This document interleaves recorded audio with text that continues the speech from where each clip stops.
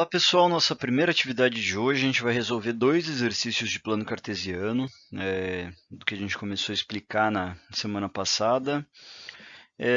E sobre isso, teve uma das salas aí que a gente já fez um dos exercícios que eu vou fazer, nas outras salas não, mas tem um segundo exercício que nenhuma das duas salas fez. E aí, depois de vocês verem esse vídeo, eu peço que vocês realizem a atividade da sequência logo em seguida, para depois ver o outro vídeo do conteúdo, tá? Então eu vou estar lá no Meet para tirar dúvidas. Então veja esses dois vídeos, tentem fazer os dois exercícios que eu vou deixar para vocês. Vocês vão ter 20 minutos para isso. E aí depois tem um videozinho aí da segunda parte da explicação da aula, beleza? Vamos lá. Bom, pessoal, esse primeiro exercício aqui é o exercício 2. Eu não fiz em todas as salas, então estou colocando ele no videozinho aqui para todo mundo poder ou rever ou ver pela primeira vez, tá bom? Só para vocês terem de exemplos como fazer os próximos exercícios aí. Considerando os pontos A, B, C e D, determine os números reais P, Q, R, S de modo que A pertença ao eixo das abscissas, B ao eixo das... o contrário, o A das ordenadas, o B das abscissas, o C no primeiro quadrante, o D no segundo quadrante. Só que os pontos A, B, C e D, né, eles têm coordenadas estranhas, né? 2P menos 6 no X, 3 sétimos no Y, olha esse daqui, ó, Q menos 2 no X, 3Q quadrado menos 12 no Y, 5 oitavos no X, 3Rs menos 2 no Y, 6S mais 5 no X e 4 menos 2S no Y, né? Bom, pessoal, só relembrando também, o que é o eixo das ordenadas? É o eixo Y. Ordenadas, ok? Vamos lá, segunda de manhã, força. Aqui é o eixo X das abscissas, né? O eixo das abscissas é o eixo X. Esta região aqui é o primeiro quadrante e esta região é o segundo quadrante.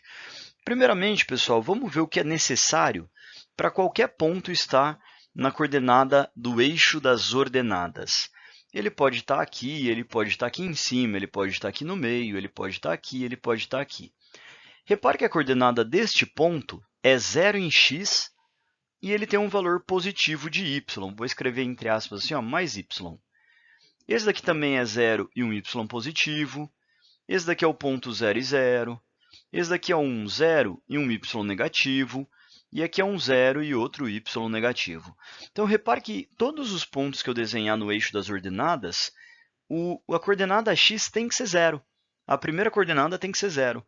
Porque se o x for igual a 1, 2, 3, um valor positivo, ele vai deslocar o ponto aqui para fora, né? Se for negativo, por exemplo, ele poderia deslocar para cá. Então, para eu ter exatamente em cima do eixo y, eu preciso que a coordenada x seja 0. Para pertencer ao eixo das ordenadas, a coordenada x tem que ser 0. E o contrário também é válido. Para eu pertencer ao eixo das abscissas, eu preciso que o y seja 0. Então, para pertencer a ordenadas, 0 e um valor do y. Para pertencer às abscissas, x e aqui 0. Tá difícil até de falar, vira trava-língua, abscissas. Segunda-feira de manhã também tem que dar um desconto, né? Vamos lá. Tudo bem, gente? Deu para entender o que a gente tem que fazer? Então, vamos lá. Eu vou pegar aqui o ponto, eu vou pegar a alternativa A, questão A, né, o item A aí, que ele pede que o A pertence ao eixo das ordenadas. Bom, o A ele tem coordenadas 2p menos 6 e 3 sétimos. Como que o A vai pertencer ao eixo das ordenadas? Para ele pertencer ao eixo das ordenadas, era para ele estar escrito como 0 e 3 sétimos. O 3 sétimos não é variável, o P é uma variável. O P eu posso colocar o valor que eu quiser, mas ele tem que ficar no formato 0 e 3 sétimos. Quando a gente tem isso, eu vou igualar a coordenada x com a coordenada x depois do sinal de igual e a coordenada y com a coordenada y. A coordenada y está igual já, até porque não tem variável. Agora, aqui, ó, 2p menos 3 tem que ser 0. Então, para que 2p menos 6 tenha que ser 0, 2p tem que ser igual a 6. E p tem que ser igual a 6 dividido por 2, que é igual a 3. Repara que se o p valer 3, a gente vai ter o ponto A no 3/7 de altura aqui e 0 em x, né? Então, y igual a 3/7 e 0 em x. Esse seria o ponto A no nosso plano cartesiano. Repara que se o P for maior do que 3, ele vai acabar deslocando aqui para o lado, ele vai acabar no primeiro quadrante. Se o P for menor do que 3, ele vai ir para o outro lado e a gente vai acabar tendo ele no segundo quadrante, tá bom? Vamos dar uma olhadinha na letra B, que fala o seguinte: eu quero que o ponto B pertença aos eixos das abscissas. Vai ser a mesma coisa, só que diferente, então não é a mesma coisa. Então vamos lá ver que coisa que fica então. Que é o q menos 2 e o 3q² menos 12. E eu quero que isso pertença ao eixo das abscissas, e para pertencer ao eixo das abscissas é essa receitinha aqui, ó. Qualquer valor no x, então, tanto faz aqui o valor que vai entrar no lugar do q menos 2, isso não me importa, mas me importa que no eixo y aqui vai ser 0.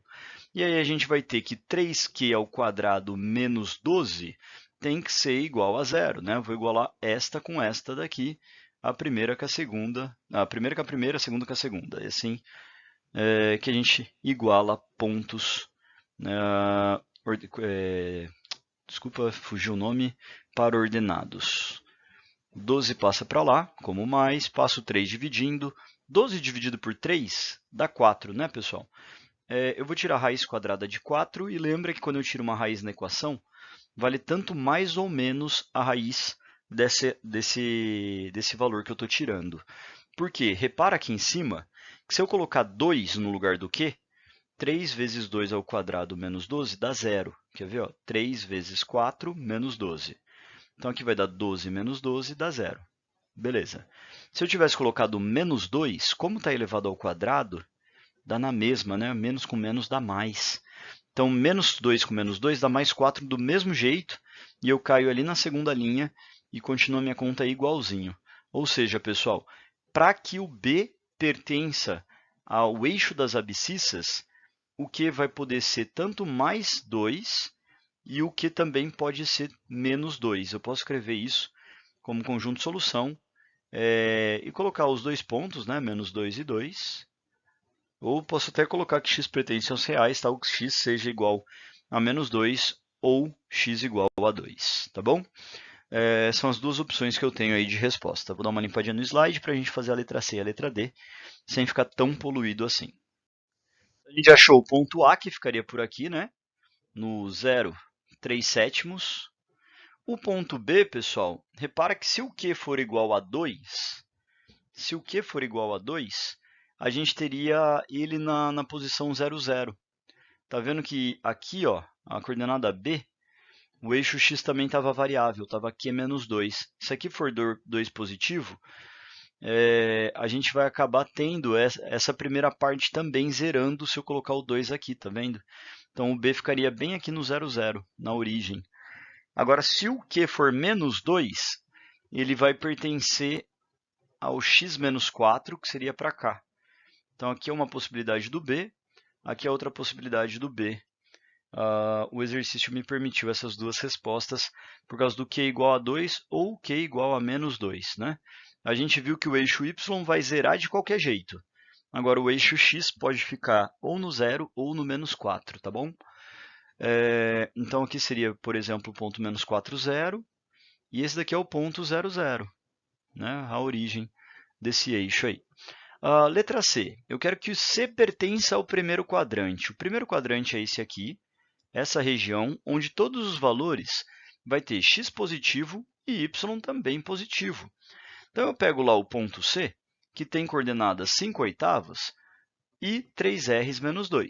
E eu percebo que quando que 5/8 vai ser maior que x? Sempre. Então, esse daqui não é problema para a gente. Ele não tem nenhuma incógnita e ele é maior que 0. Então, aqui a gente já tem a primeira condição para ele fazer parte do primeiro quadrante. A segunda condição é que este cara seja maior que 0, que o y seja maior que 0. Então, vou ter 3r menos 2 maior que 0. A gente vai ver daqui a pouco, né, no final desse capítulo, como estudar a função de primeiro grau numa inequação. Por enquanto, pessoal, por enquanto que a gente não vai estudar função, vamos resolver isso como se fosse equação. Então, imagina que a única coisa que eu não posso fazer é inverter este sinal aqui. Ele tem que continuar maior o tempo inteiro, mas ele vai funcionar igual um sinal de igual. Então, esse 2 vai passar para lá como mais, vai ficar 3R's maior do que 2, e eu vou passar o 3 dividindo. R maior que 2/3.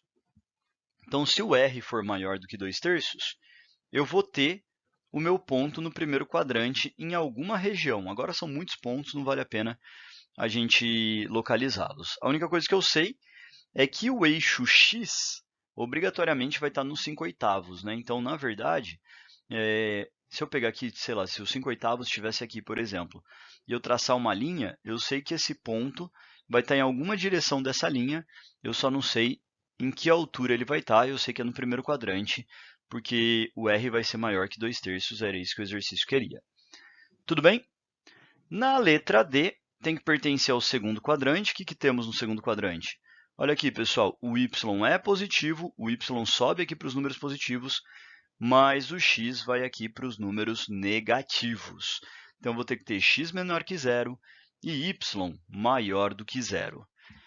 Repare que agora eu vou ter que fazer duas equações. Acho até melhor eu limpar o espaço, que depois a gente vai ter que comparar, talvez, essa resposta com essa resposta, para a gente ver no que vai dar. Então, vou dar uma limpadinha no slide. Então, vamos pegar aqui o ponto D. Ele tem coordenadas, né? X dele é 6s mais 5 e o y dele é 4 menos 2s. Lembrando que eu preciso que o x seja menor do que zero. Menor. Por que menor? Porque ele tem que estar no segundo quadrante, segundo o que o exercício me pediu. Ele tem que estar no segundo quadrante. Segundo quadrante é essa região. E o y, primeiro quadrante não, positivo, para que a gente consiga ter os pontos nessa região aqui do segundo quadrante, onde o y é positivo e o x é negativo. Então, o y é positivo e o x é negativo.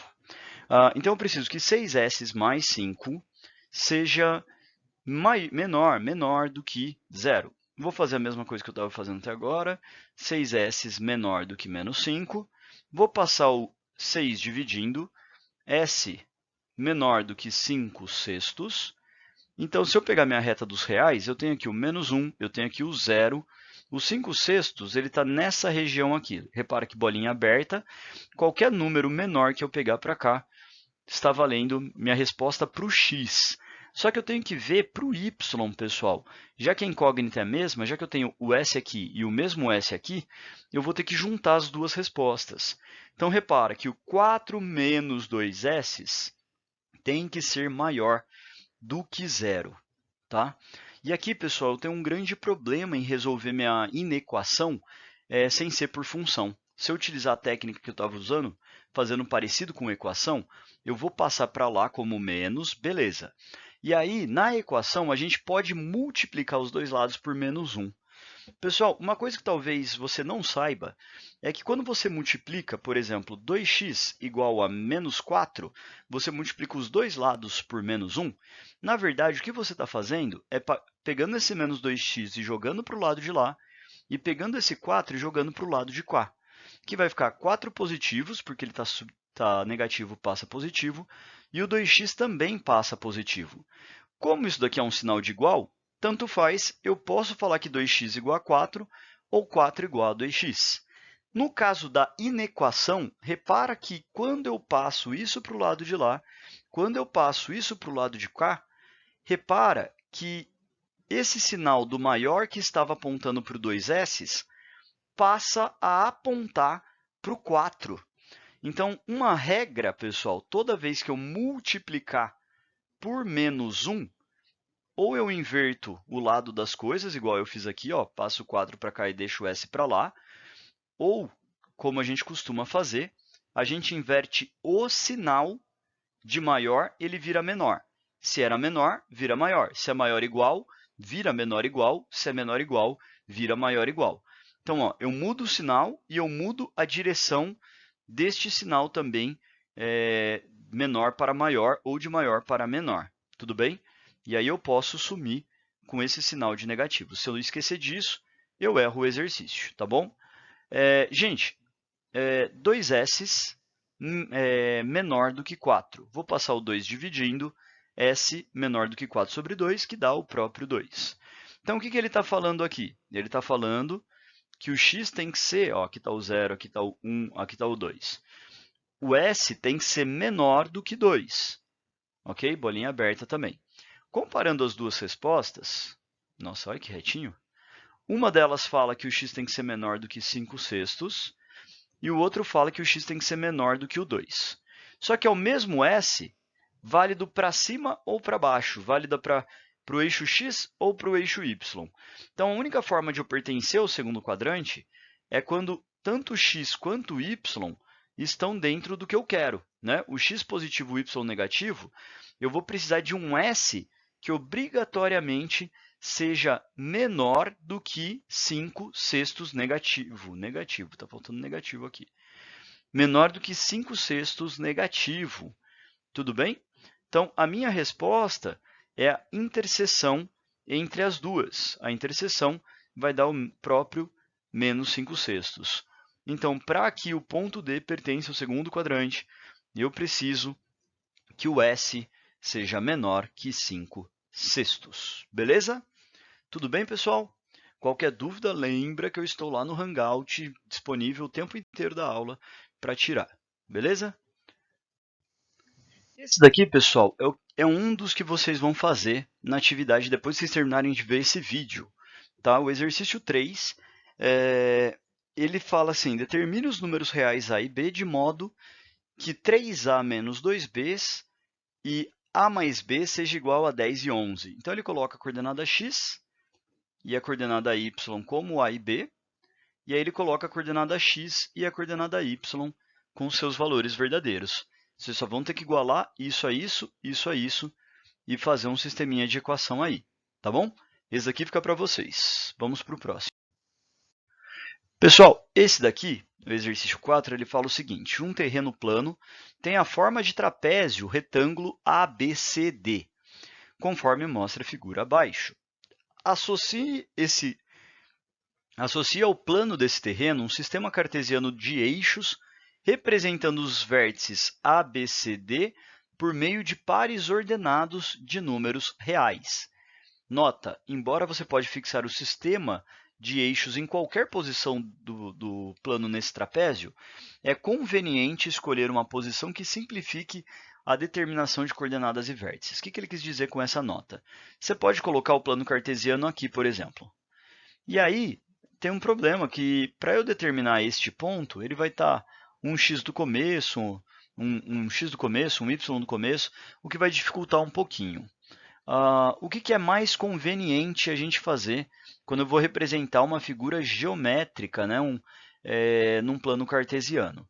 O mais comum da gente fazer é a gente pegar a origem, colocar num ponto como esse, onde eu vou ter tanto no eixo x um dos vértices, que é o vértice A no caso. Ficou meio tortinho, mas é porque é difícil desenhar na lousinha aqui, pessoal. Eu sei que também é falta de coordenação motora, pode me criticar, pode me xingar, pode mandar os seus comentários negativos aí. Não, não faz isso não, gente, vou ficar triste. Ai, caramba, nossa, é muito ruim, né? Muito, muito ruim. Ó, que belezinha isso aqui. Vence na vida. Vamos lá, gente. Então, o outro eixo aqui no outro lado, onde contém um outro vértice. Por que isso facilita a nossa vida? Repara que ele quer o par ordenado de cada um dos pontos que compõem o trapézio. Olha o ponto D. O ponto D ele está localizado no par ordenado 0, 0. Ok? Olha como facilitou a nossa vida. O ponto C a gente já acha, mas uma coisa eu sei. Uma coisa que eu sei aqui é que ele está no algum valor de x e o y dele é 0, né? Porque ele está em cima do eixo das abscissas. O ponto A, eu sei que o x dele é 0 e ele tem alguma coisa de y. Repara que o A está bem facinho, porque ele falou que essa distância é 20. Ou seja, o y dele é igual a 20. Né? Ele está na altura 20 e no x igual a 0. Então, já tenho o ponto A e o D completos. Repare que o ponto B é fácil, né? Ele está na mesma altura y que o A, então ele também tem 20 de altura, assim como o A. E na lateral, repara que ele falou que do 0 até o ponto B dá 30. Ou seja, a coordenada x dele vale 30. A única coordenada que eu não sei ainda diretamente, que não tem um valor exato só de olhar, é a coordenada x do D, né? Por quê? Porque falta eu descobrir esse pedacinho aqui, ó, esse pedacinho. Ele falou que daqui até aqui é 30, né? Igual em cima, é um retângulo. Mas e esse xzinho aí? Esse xzinho, pessoal, a gente vai ter que usar a nossa matéria anterior de Pitágoras para determinar esse xzinho. Mas não é nada difícil, porque eu lembro de um tal de triângulo 3, 4, 5, né? Que quando os catetos são 3 e 4 e a hipotenusa é 5, eles podem ser até múltiplos. Então, por exemplo, 5 vezes 5 dá 25. 4 vezes 5 daria 20. Este último lado seria 15, que é o 3 vezes 5. É um 3, 4, 5 multiplicado por 5. Ah, mas eu não sei fazer triângulo 3, 4, 5, eu não entendo isso. Tudo bem. Chama aqui de 20, chama aqui de 25, que são os dados que o exercício deu, daqui até aqui é 20. E chama aqui de x e faz lá 25 ao quadrado igual a 20 ao quadrado mais x ao quadrado. Faz por Pitágoras que também vai dar certo, tá? Você vai ver que vai dar 625, o 20 ao quadrado dá 400, passa para lá como menos, aqui é x quadrado, vai dar 225. Raiz de 225 é 15, como a gente queria provar desde o começo, que este lado aqui é 15. Resultado, quanto que vai ser o eixo x do D? Repare que o D daqui até este ponto valia 30. Até aqui vai ser 30 mais 15. 30 mais 15, essa coordenada é o 45. Tudo bem? Tá aí os pares ordenados, pessoal. O ponto A, ele tem coordenadas... Acabou apagando aqui, gente, desculpa. O ponto A tem coordenadas x igual a 0, y igual a 20. O ponto B tem coordenada 30 e 20. O ponto C vai ter coordenada 45 e 0. E o ponto D vai ter coordenada 0, 0. Tudo bem? Beleza? Esse daqui é o segundo exercício que ficou de tarefa para vocês ainda hoje. Vou ajudar vocês a interpretar e aí depois vocês entram lá para fazer. Então, o mapa abaixo está na escala de 1 para 100 mil. O que é 1 para 100 mil? A cada 1 centímetro que eu medir no mapa, pega uma régua aí, mede na tela do seu computador aí, a cada 1 centímetro você vai ter na realidade 100 mil centímetros. 100 mil, 10 mil centímetros. 10 mil, pessoal. É 1 para 10 mil. Então, 1 centímetro do mapa representa 10 mil centímetros na realidade. Bom, para transformar em metros, é só eu dividir por 100, tá? Então, 100 metros na realidade. É por isso que, dá uma olhadinha aqui embaixo, ó, a cada 1 centímetro é igual a 100 metros. Então, isso daqui é 1 centímetro, que é mais ou menos isso. Ó. Então, daqui até aqui tem 100 metros na vida real, daqui a aqui mais 100 metros e assim por diante, tá? Bom, sabendo que o quadriculado é formado por quadrinhos de 1 centímetro de lado, agora está confirmado nossa hipótese, calcule a distância real entre os pontos da região representada correspondentes no A para B. Pessoal, eu quero saber qual é a distância em linha reta de A para B. Eu quero esta distância vermelha, indo por essa rua aí que eu pintei o nome dela. Ok? Gente, mesma coisa que a gente acabou de fazer lá no polígono do trapézio, né? Traça um eixo cartesiano aqui, com aqui sendo o 0, 0, no ponto A, e descobre a distância dele para o ponto B. Como será que dá para fazer isso, né? Isso daqui me cheira a algum triângulo, né? Dá uma olhadinha aqui, coordenada y, coordenada x. Isso daqui parece minha hipotenusa, x e y sempre forma 90 graus. Tenta descobrir aí qual é a distância, tenta fazer, beleza? Bom, pessoal, vai fazendo lá, responde esses exercícios. Vocês vão ter 20 minutos. Esse primeiro videozinho já teve 25. Vocês vão ter 20 minutos para fazer. E aí depois desses 20, 30 minutinhos, eu vou fechar a entrega dessa atividade. E aí vai estar liberado a segunda parte da aula, que é a continuidade do conteúdo. Tá bom? Então, tem que responder nesses 20, 30 minutos que eu disponibilizar para vocês, tá? Não pode ser depois, porque é uma atividade para contar como presença. Qualquer dúvida, eu tô lá no Hangout, ok? Me procura por lá.